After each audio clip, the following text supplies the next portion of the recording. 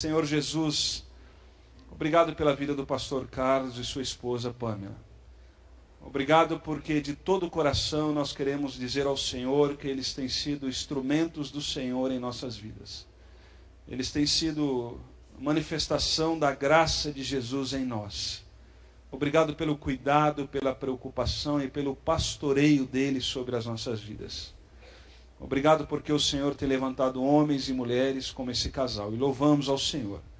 E pedimos que o Senhor o use agora na edificação da tua igreja, na proclamação do Evangelho de Jesus, e que Cristo continue sendo honrado através dessa igreja e dos lábios do nosso irmão. Em nome de Jesus. Amém e amém. Obrigado, pastor. Obrigado, querido. Graça e paz. Amém. É uma honra poder estar aqui de volta mais uma vez com os irmãos. E eu estava conversando com o pastor Jefferson e mencionei para ele que eu estou trabalhando bastante agora num curso sobre o Sermão do Monte. Eu tenho 67 anos e muitos anos de vida cristã, mais de 52 anos como cristão. Mas eu não sei porquê, na minha formação espiritual, o Sermão do Monte nunca foi muito focado na igreja. Eu entendi que o Sermão do Monte era muito importante. Eu fiz faculdade bíblica, de muitos anos de estudo, mas por alguma razão eu nunca entendi, talvez de uma forma correta, o Sermão do Monte. E Deus colocou nas minhas mãos, uns anos atrás, um livro escrito por um missionário metodista que pastou 55 anos na Índia, evangelizando pessoas e abençoando pessoas. E ele escreveu um livro sobre o Sermão do Monte. E esse livro eu li várias vezes, acho que eu já li 7 vezes esse livro, porque a maneira que ele ensinou o Sermão do Monte, para mim, me ajudou tanto na minha vida espiritual, ainda nessa época da minha vida espiritual, que eu comecei a compartilhar algumas das ideias, e as minhas ideias também, e de outros, um autor brasileiro chamado Carlos Queiroz, que tem um livro sensacional sobre o Sermão do Monte, chamado Ser Eu Bastante. É um livro sensacional também, do editora Ultimato. Mas conversando com o pastor Jefferson, eu compartilhei com ele algumas das ideias. Ele disse: olha, se você tem um domingo livre, vem na igreja, fala com a gente sobre esse assunto um pouco. Então é um privilégio poder falar com os irmãos, mas também eu vou pedir um favor para você. Presta bastante atenção, porque eu quero ver se essas palavras também podem ser uma bênção na sua vida. Combinado? Porque eu quero sentir isso. Porque eu vou para Brasília, dia 7 de novembro, para ministrar esse material na Terceira Igreja Batista, lá em Brasília. Depois, 27 de novembro, eu vou para Portugal, para ministrar algumas dessas coisas para as igrejas lá em Portugal, líderes em Porto e Lisboa. E eu ainda estou vivendo isso. Então eu queria que vocês pudessem viver isso comigo. E eu vou ser guia. Sabe o que é guia? Alguém que vai mostrar. Eu vou olhar o Sermão do Monte, somente a primeira parte, as bem-aventuranças do início, e eu vou apontar. Mas quem é o professor para todos nós é o Espírito Santo de Deus, amém? Então eu vou simplesmente, olha aqui, ouça, veja, e veja o que é que Deus faz na sua vida. Então eu queria ler esse o texto primeiro, em Mateus capítulo 5, e eu quero lembrar, antes de eu ler o trecho, começando em versículo 3, que Jesus está no início do seu ministério público. Ele está iniciando uma caminhada de 3 anos e meio. Ele vai andar no nosso meio, entre nós, mas muito perto de um grupo pequeno de discípulos e seguidores. E ele começa com essa declaração. É uma declaração profética.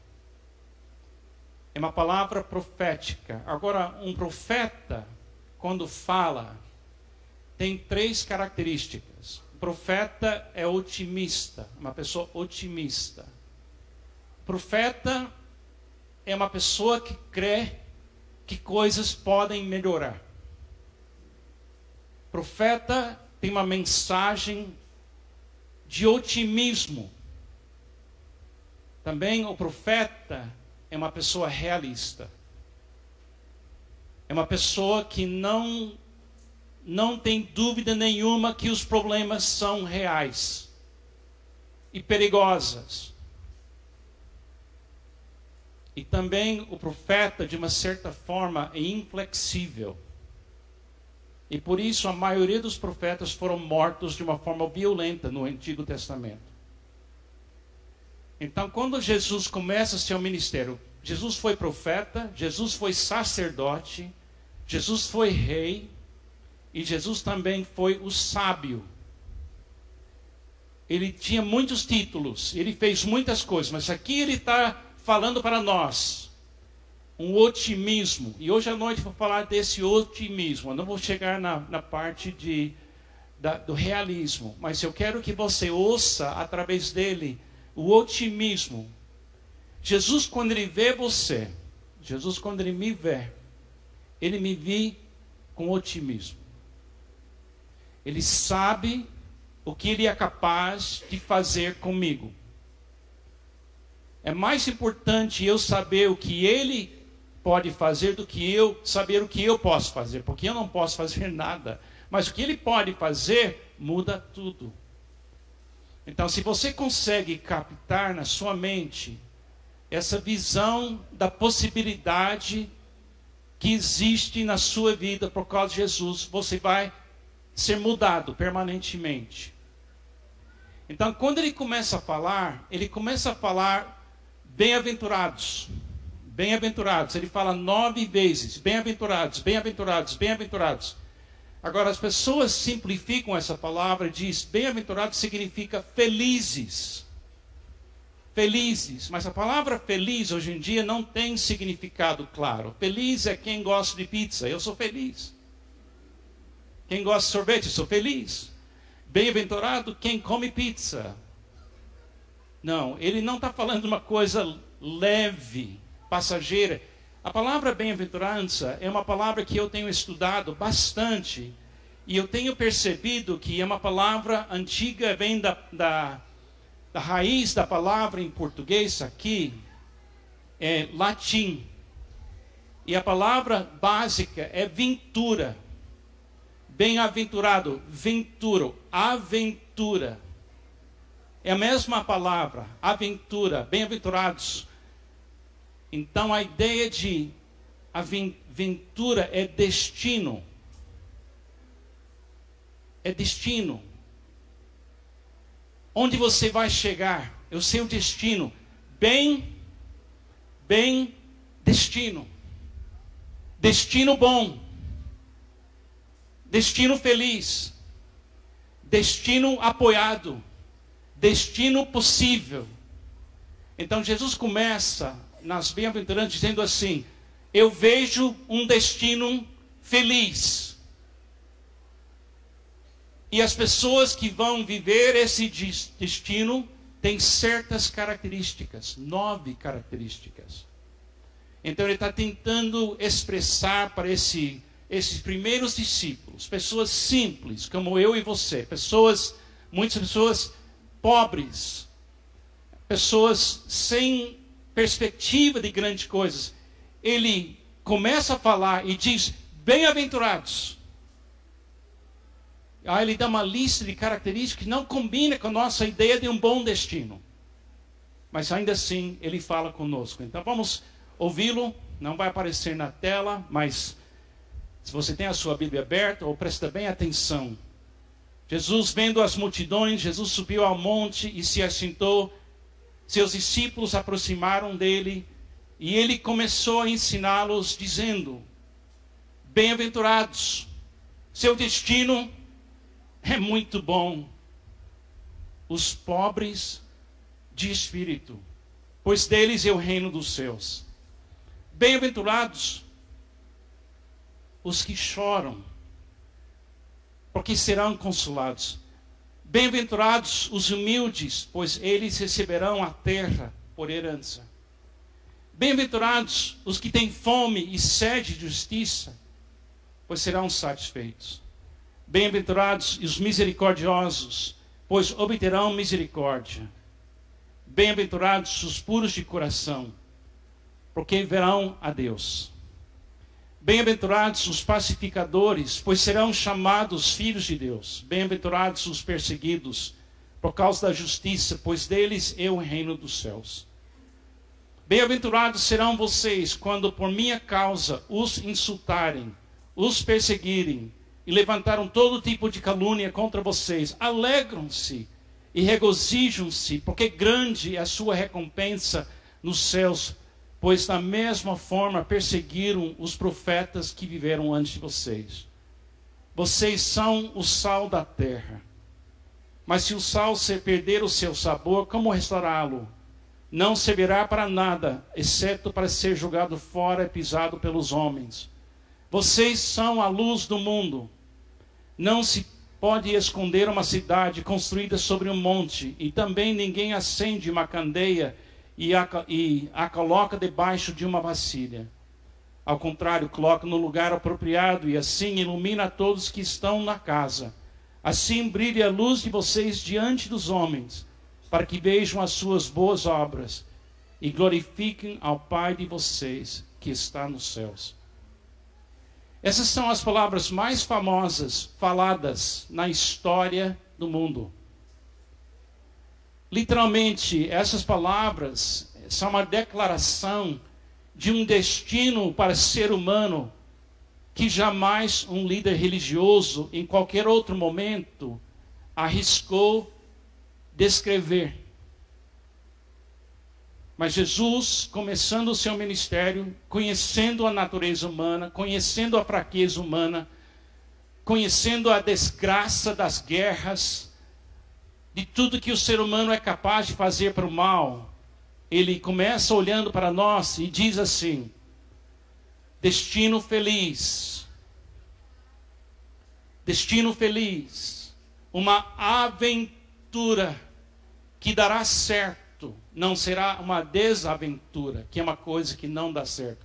Não será uma desgraça, será uma coisa cheia da graça de Deus. O início da Bíblia começa com Deus criando seres humanos perfeitos. É interessante que só tem 2 capítulos na Bíblia onde o mundo é descrito por Deus assim. E Deus viu tudo que havia feito e era muito bom. Sabe quanto tempo durou? 2 capítulos. Gênesis 1 e 2. Em Gênesis capítulo 3, chegou a desgraça. Quando o homem e a mulher, Adão e Eva, nossos pais, perderam conexão com a bênção de Deus. Porque em Gênesis capítulo 1, Deus fala assim: e Deus os abençoou. Fala isso comigo. E Deus os abençoou. A bênção na Bíblia é uma das ideias mais preciosas que existem. Ser abençoado é literalmente ter uma oportunidade de ser uma pessoa próspera. A família deveria abençoar os filhos. Eu não sei se é o que eu falei aqui na igreja sobre a bênção de Deus na última vez. Falei ou não? Se lembra? Quando eu cheguei no Brasil, aqui em Santa Branca, eu estava na casa do pastor Joel, que fundou, era um pastor de uma igreja batista bíblica em Santa Branca. Isso foi em 1974.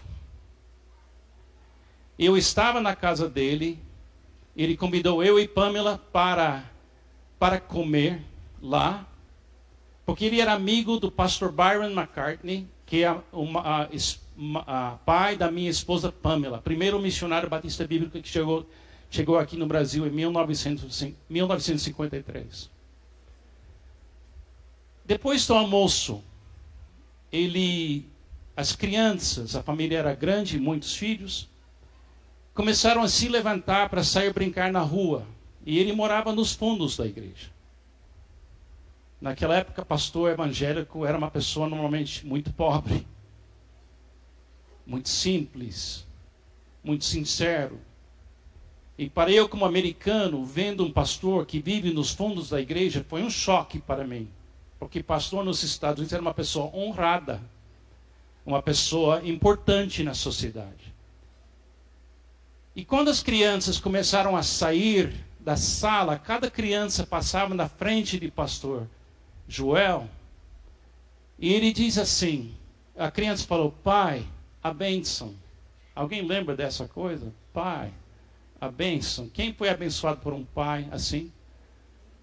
A mãe, se lembra? Está desaparecendo no Brasil, não é? E eu estava lá e a Pamela estava traduzindo tudo para mim.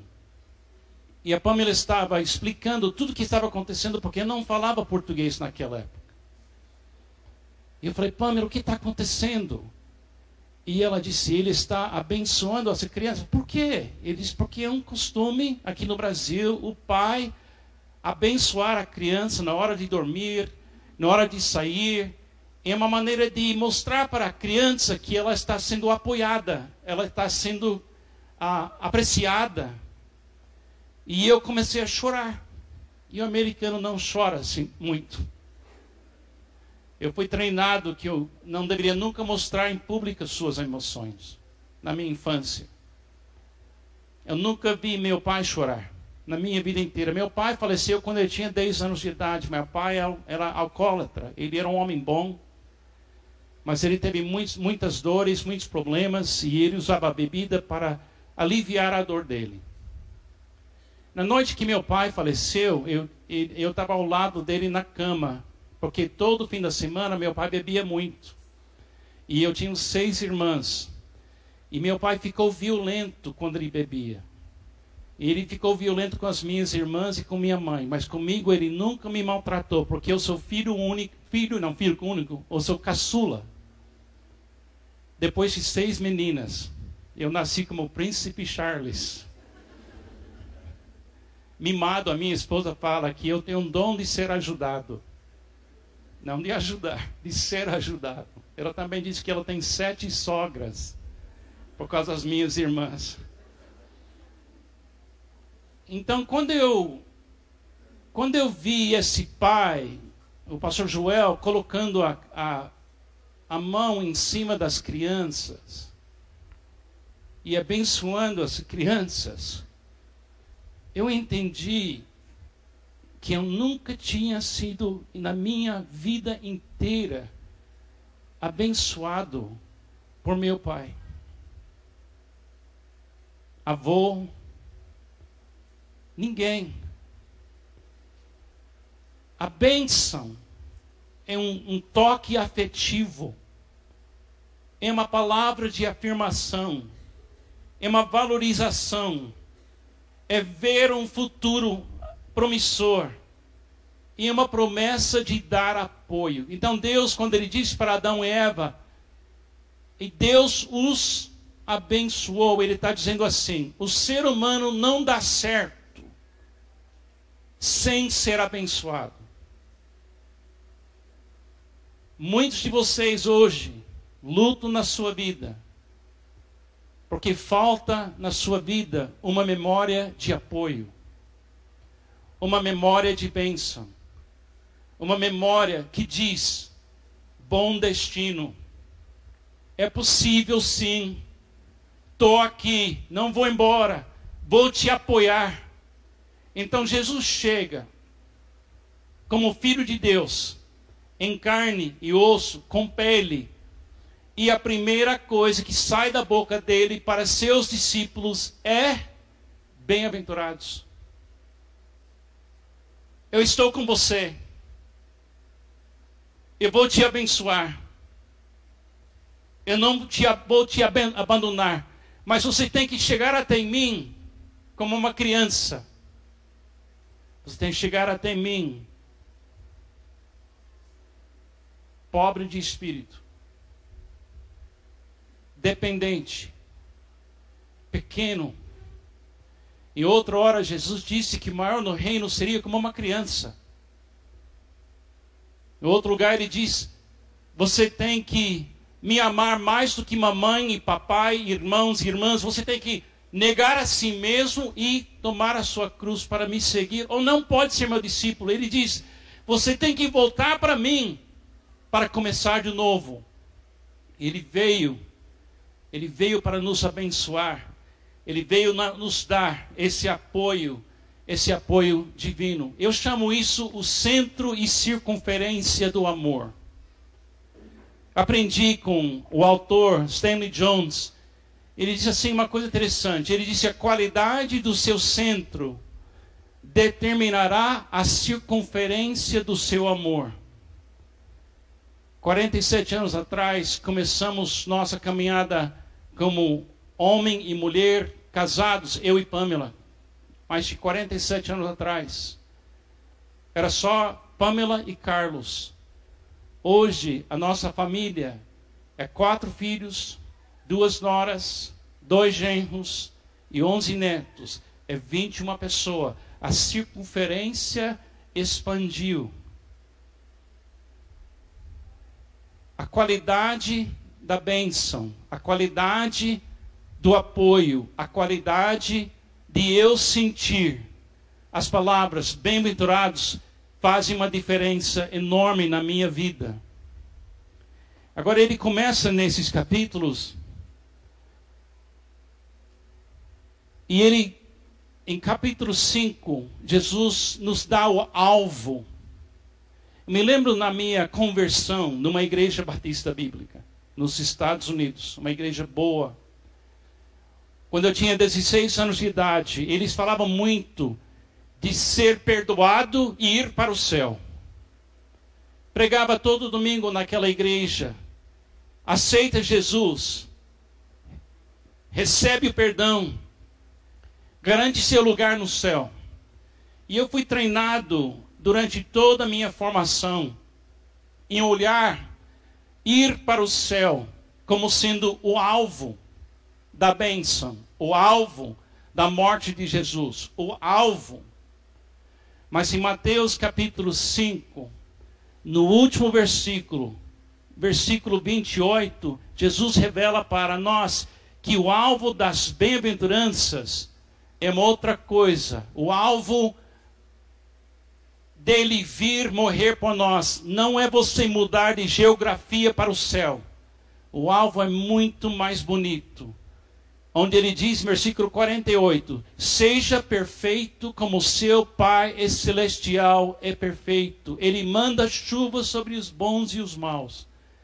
Ele manda raiar o sol sobre os justos e os justos. Seja perfeito como seu Pai celestial é perfeito. Combina com o grande mandamento, amar a Deus como você ama a si mesmo e ama seu vizinho como você ama a si mesmo. O alvo dessa bênção, essa bem-aventurança,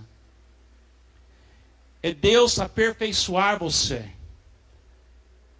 para Ele criar em você a possibilidade de você amar como Deus ama. E assim você será como Jesus é, porque Ele era o amor de Deus feito visível e acessível. Agora, cada bem-aventurança é um passo na direção desse amor perfeito.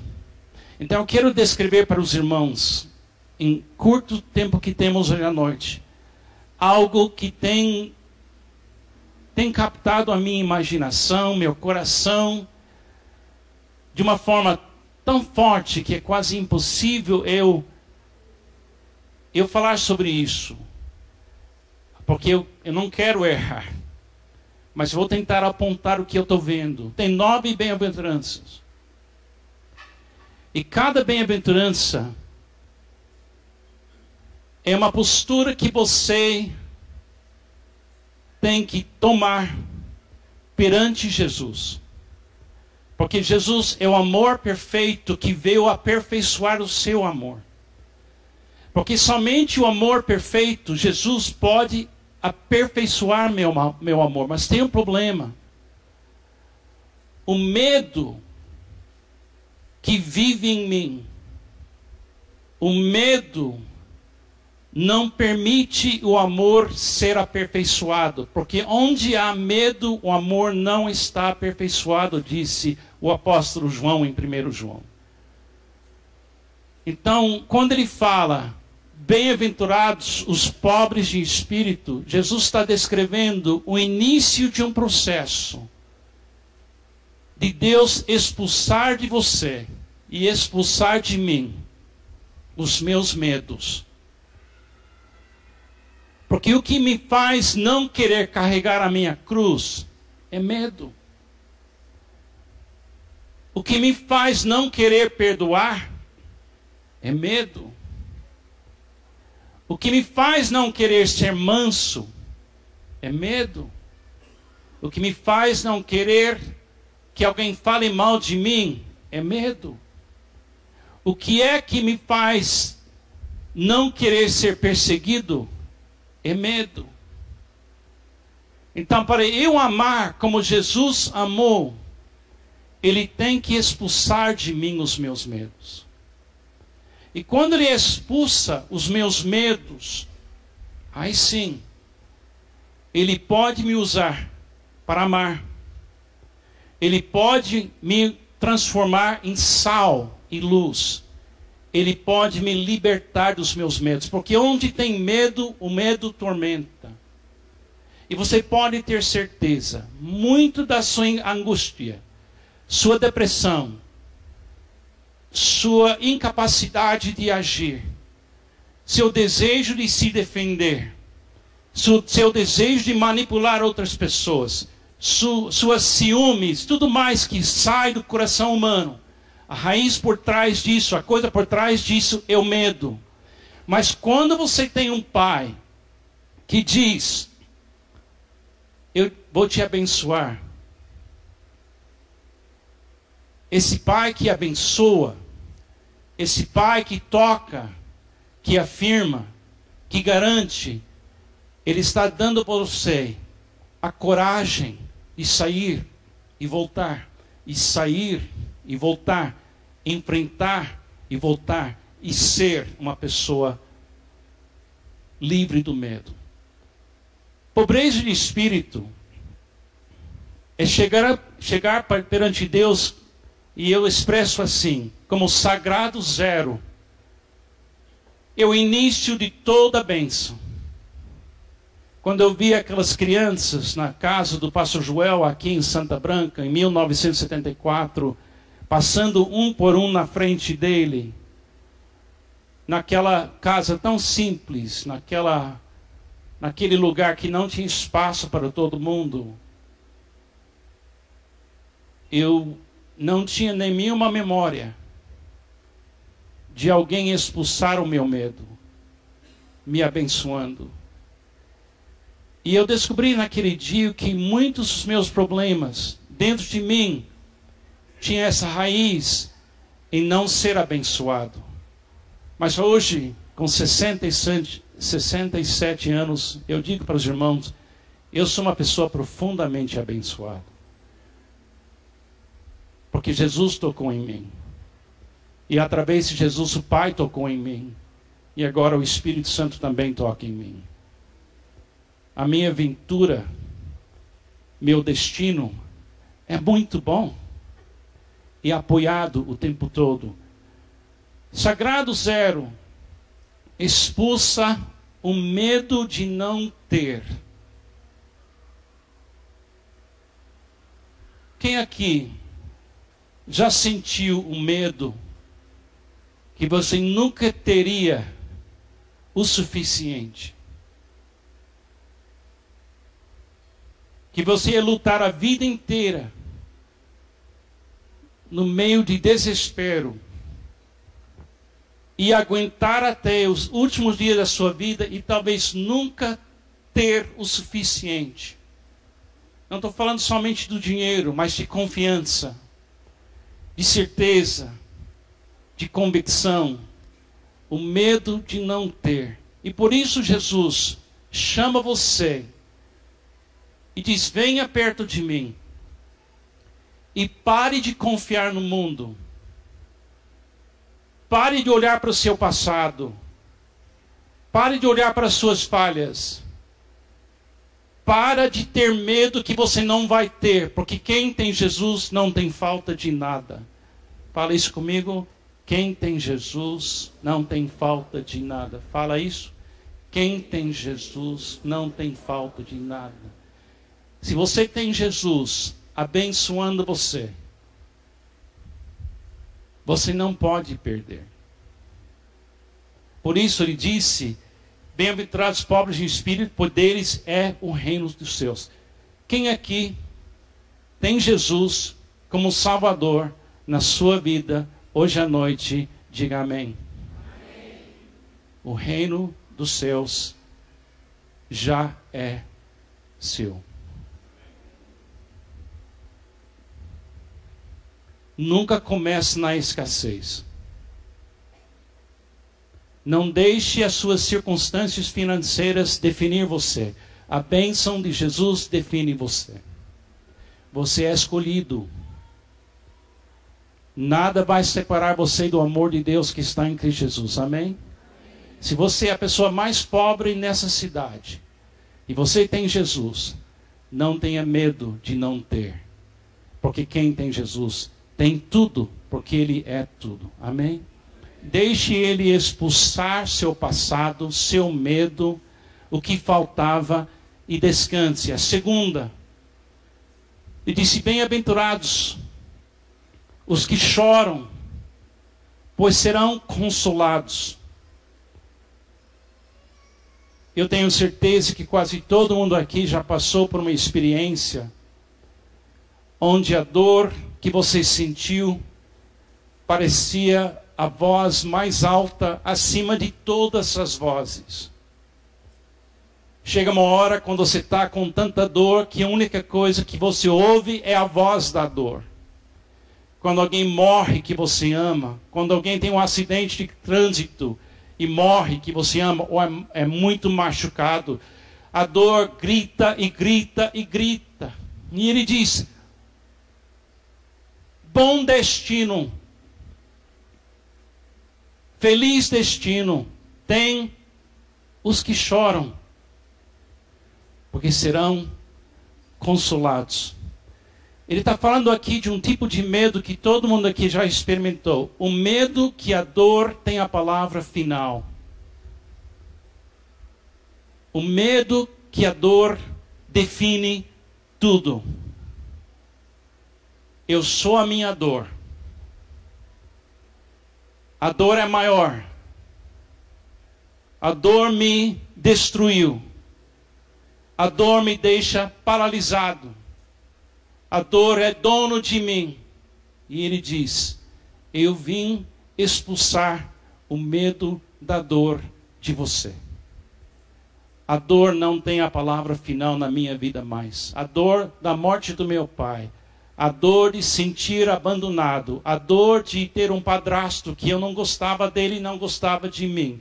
A dor de pensar que eu estava jogando num jogo no mundo onde eu estava defendendo sempre na defesa e jamais teve a oportunidade de ficar na ofensiva. Eu não sinto isso mais. Porque eu chorei a minha dor na presença da bênção de Jesus. E ele me falou em voz mais alta que a dor. Porque não tem uma voz mais forte do que a voz de Jesus que diz: eu te amo, eu estou com você, e a dor não é permanente, a dor não define você. Ele expulsa a dor de não ter, ele expulsa a dor que o medo, a lágrima, a dor tem a palavra final. Ele também expulsa o medo de ser uma pessoa mansa. Ele descreve assim: bem-aventurados os humildes ou mansos, pois eles receberão a terra por herança. Eu chamo essas pessoas os mansos implacáveis. Ele nos chama de ovelhas. Ovelha não tem defesa, ovelha não tem armamento, não tem nada, mas a ovelha vive e tem um propósito. E o propósito da ovelha está ligado com o propósito de bom pastor. Então ele anda pela vale da sombra da morte e não teme mal nenhum. Deus cuida da ovelha porque a ovelha representa como Deus é. Mansidão é um tipo de poder, mas é um tipo de poder que só se usa quem quer fazer o bem. Todos os outros tipos de poder, armamentos de violência, todo tipo de poder político, do dinheiro, da fama, corrompe. A gente começa bem, com ideias boas e justas, mas o uso do poder nos compromete e a gente se perde usando. Mas o poder de mansidão não machuca ninguém, não eleva ninguém, ela pacifica pessoas.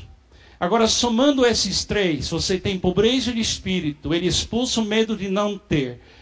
Choro, ele expulsa o medo da dor, que a dor tem a palavra final. União dessas duas, ausência de medo de não ter e ausência do medo que a dor tem a palavra final, permite Carlos a ser uma pessoa mansa. Agora, o Carlos, antes de Cristo, não era uma pessoa mansa, ele era cruel, ele era perigoso, ele se defendia, ele sabia manipular. Até esse Carlos cristão, porque demora para ele expulsar esses medos. Aqui é um processo de santificação. Mas hoje, gente, pela graça de Deus, 90% das vezes, e você não quer me ver nos 10% que sobrou, Carlos é marido manso, amigo manso, pastor manso, que usa só o poder de abençoar e não o poder de amaldiçoar, ou atacar, manipular. Agora, depois vem o outro, fome e sede de justiça. Depois a gente se transformar em pessoas que não têm medo desses primeiros três, Deus continua expulsando o medo. O medo que a justiça não existe. Quantos brasileiros têm medo, neste momento, que a justiça no Brasil não existe?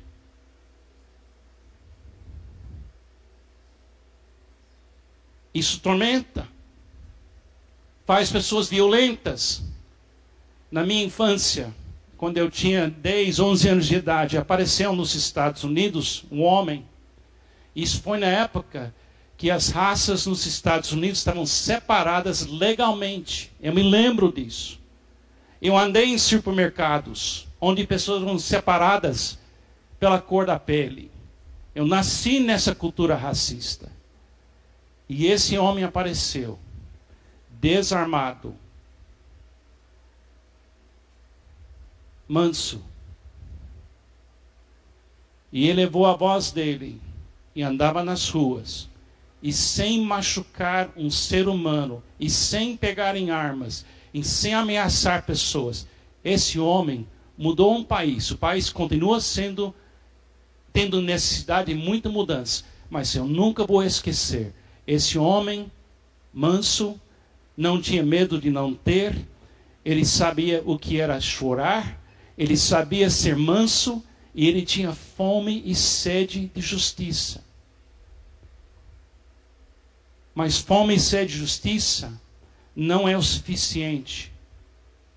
Porque quando você tem fome e sede de justiça, e só isso, você se torna uma pessoa ativista, Mas ativista que não quer amar, você só quer mudar pessoas. E se for necessário, pela força você muda elas. Porque além desse medo, Deus tem que nos curar de um outro tipo de medo. O medo de mostrar misericórdia. Bem-aventurados os misericordiosos, pois obterão misericórdia. O medo de ser abusado. Pode ter certeza absoluta. Quando Deus expulsa seu medo de não ter. Quando Ele expulsa seu medo que a dor tem a palavra final. Quando Deus se transforma você numa pessoa mansa, porque você não tem medo de perder o controle. E quando surge em você um desejo de ver um mundo mais justo, Deus vai enviar você na direção da injustiça. E sua primeira sensação é matar a injustiça pela força. Aí Ele cura você de um outro tipo de medo, o medo de ser abusado.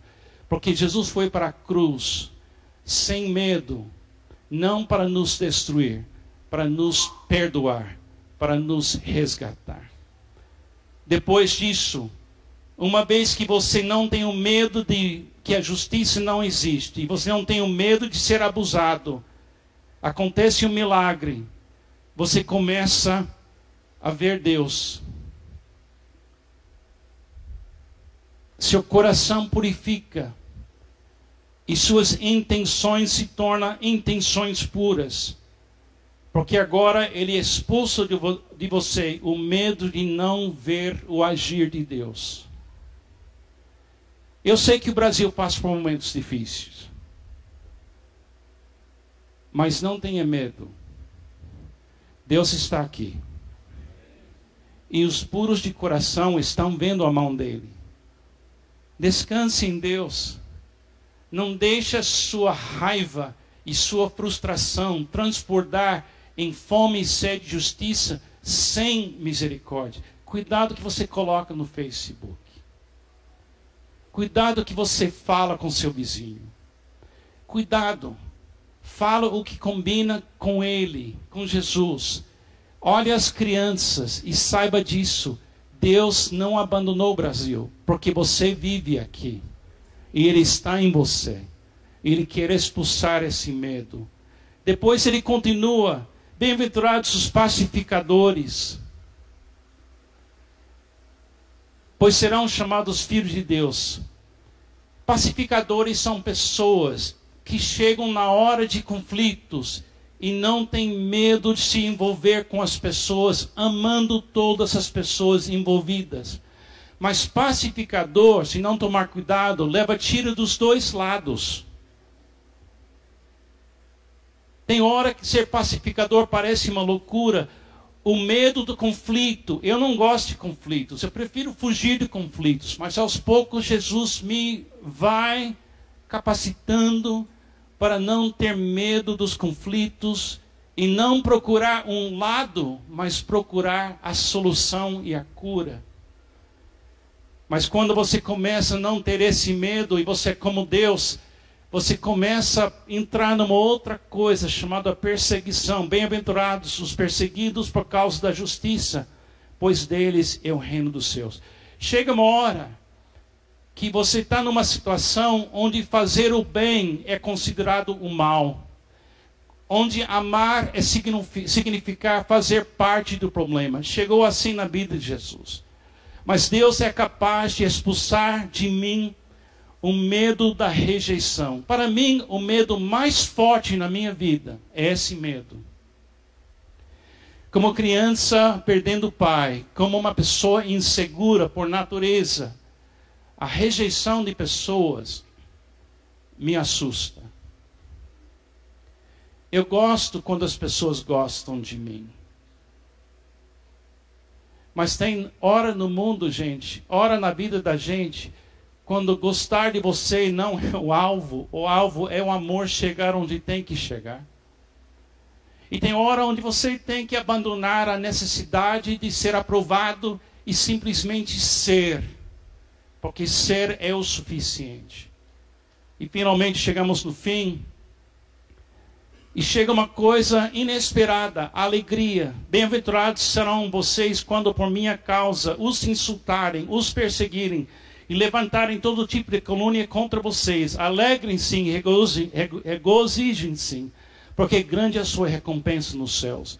Pois da mesma forma perseguiram os profetas que viveram ante de você.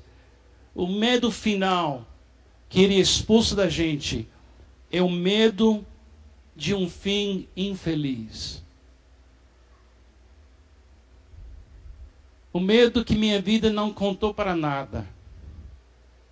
O medo que a minha vida não deu certo. O medo que a minha história não tem fim feliz. É um medo que a minha existência não significou absolutamente nada. Mas Jesus disse, não tenha medo disso. Porque quem é que vai determinar o valor da sua vida? Sou eu. Porque eu não morri na cruz para ninguém. Eu morri na cruz por você. Você não é lixo. Você não é por acaso. Agora, imagine esse processo. E eu digo para os irmãos que chamam minha atenção, e quando eu examino isso, o medo de não ter, o medo da dor, o medo de ser abusado ou perder controle, o medo que a justiça não existe. Quando eu leio esses medos, eu vejo eu. Eu vejo eu. Eu. 52 anos atrás. Com 16 anos de idade. E eu vejo eu hoje. E eu vejo o milagre de ser bem-aventurado. Porque eu sinto em mim esse processo de expulsar o medo está funcionando, está funcionando, está funcionando. E agora eu entendo o que ele diz. Seremos sal e luz. Gostei muito da palavra de Carlos Queiroz no livro dele. Deus quer que o cristão seja picante e brilhante. Ele quer que você seja não uma reação, mas uma ação. Ele quer que você... Medo é uma reação. Amar é uma ação. Deus quer que você pare de ser uma reação. Que você não deixe seu passado criar medo em você. Que você não deixe o futuro criar medo em você. Ele não quer que você tenha medo do que as pessoas falam a respeito de você. Ele não quer que você tenha medo que a dor tenha a palavra final. Ele quer expulsar esse medo por quê? Porque ele quer transformar você em uma reação. Sal. Sal, picante. Uma presença que é impossível ignorar. Ele quer que você seja luz. Que você revela uma opção, um outro caminho, uma outra maneira de viver. Ele quer que você seja luz. Ele quer que você transforme em luz. Agora eu estou olhando para os irmãos hoje à noite, como meus irmãos em Cristo. Eu não tenho nada que você... Eu não tenho mais que você tem, eu tenho Jesus, você tem Jesus, somos iguais, amém? Agora eu estou imaginando você.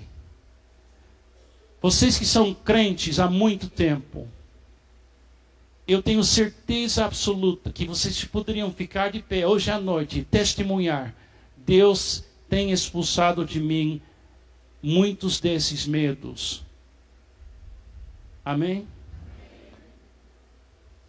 E eu tenho certeza que tem muitos jovens aqui hoje que você precisa que Deus continue expulsando esses medos de você. Mas eu tenho uma mensagem para você. Bem-aventurados vocês são. Porque o amor perfeito de Jesus expulsa todos os medos. Mas não somente para você estar bem, mas para você ser sal e luz. Mas o alvo ainda é mais alto do que sal e luz. É ser perfeito, como seu Pai Celestial é perfeito, porque não tem medo em Deus. Onde Ele está, Ele expulsa o medo. Sabe que o meu sonho para a igreja evangélica brasileira é que a igreja brasileira, evangélica, e para pessoas da fé católica, que são pessoas sinceras e realmente creem em Jesus, para todo cristão, que ele expulse do coração de todo brasileiro o medo, para que a gente ser picante, não agressivo, picante, melhorar o sabor, e ilumine um caminho de paz. Ilumine um caminho do amor.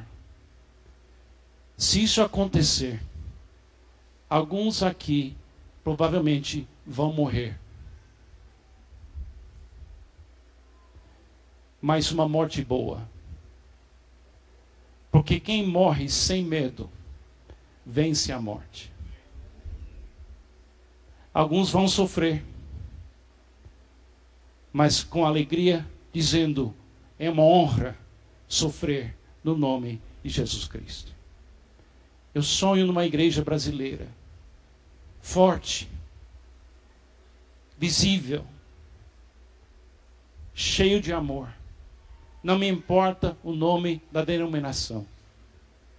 O que me importa é onde Jesus vive nessas pessoas. Ele pode se revelar. Por isso, eu quero dedicar uma boa parte dos anos que me resta, sendo guia para você apreciar o Sermão do Monte. E além de apreciar o sermão, viver o Sermão do Monte, dizendo: assim são aqueles que vivem Jesus. Assim são eles que vivem Jesus. Você quer viver assim? Eu quero. Eu quero ser alguém que ele, como ele descreveu aqui nesse trecho. Bem-aventurado. Meu destino é bom. Meu fim é feliz. Meu propósito é uma coisa linda, ser sal e luz e amar como o Pai ama. Eu desafio essa igreja, querida, amada, não tenha medo. O Pai quer lhes dar o reino. Que Deus te abençoe.